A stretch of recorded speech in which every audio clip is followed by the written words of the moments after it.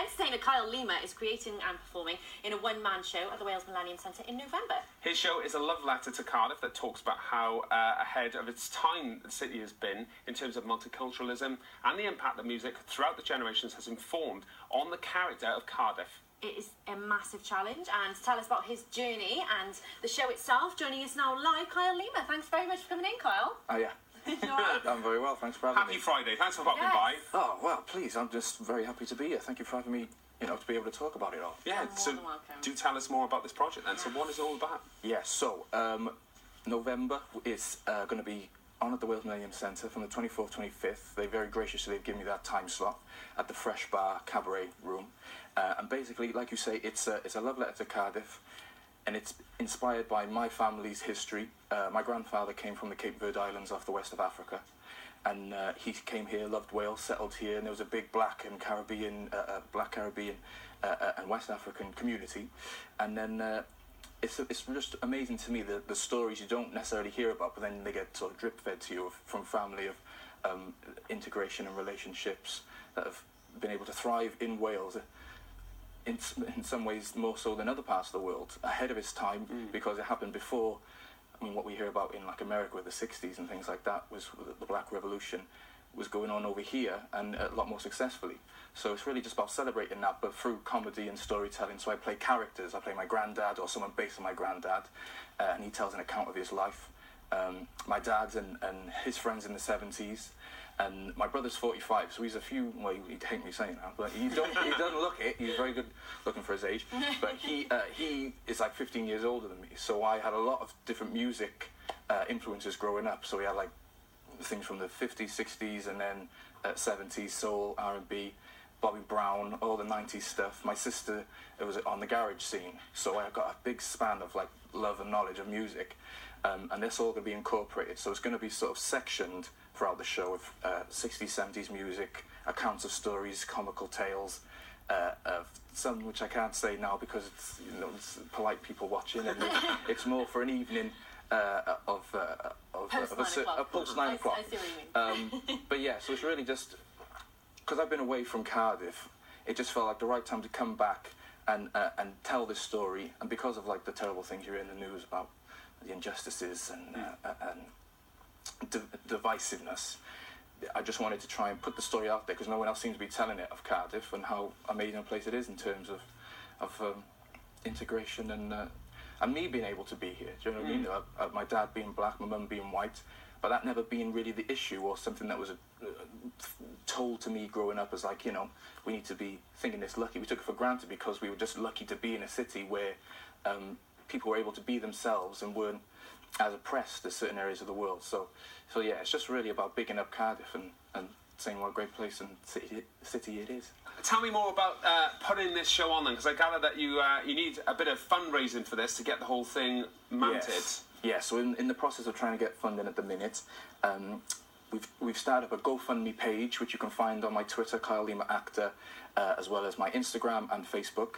And on there, I'll have all the information as to how you can donate, and they'll give you a breakdown as to what your money's going to be going towards. So it's going to be going towards the collating and the turning of information from the Cardiff community into the show. So I'm going to be interviewing and sourcing historic material to make the show as authentically Cardiff as possible. I'm going to be directing, performing, writing it. We've got a musician called Chris Hyson. He's a fantastic musician. He's collaborated with Jason Rebello, who was the pianist for Sting.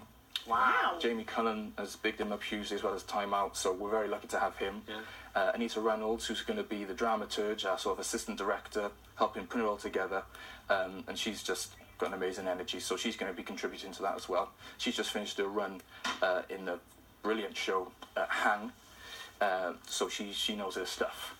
So yeah, I'm lucky to have that, but yeah, we need the funding in order to get there in November because it's all off our own backs really, and so any contributions would be greatly appreciated.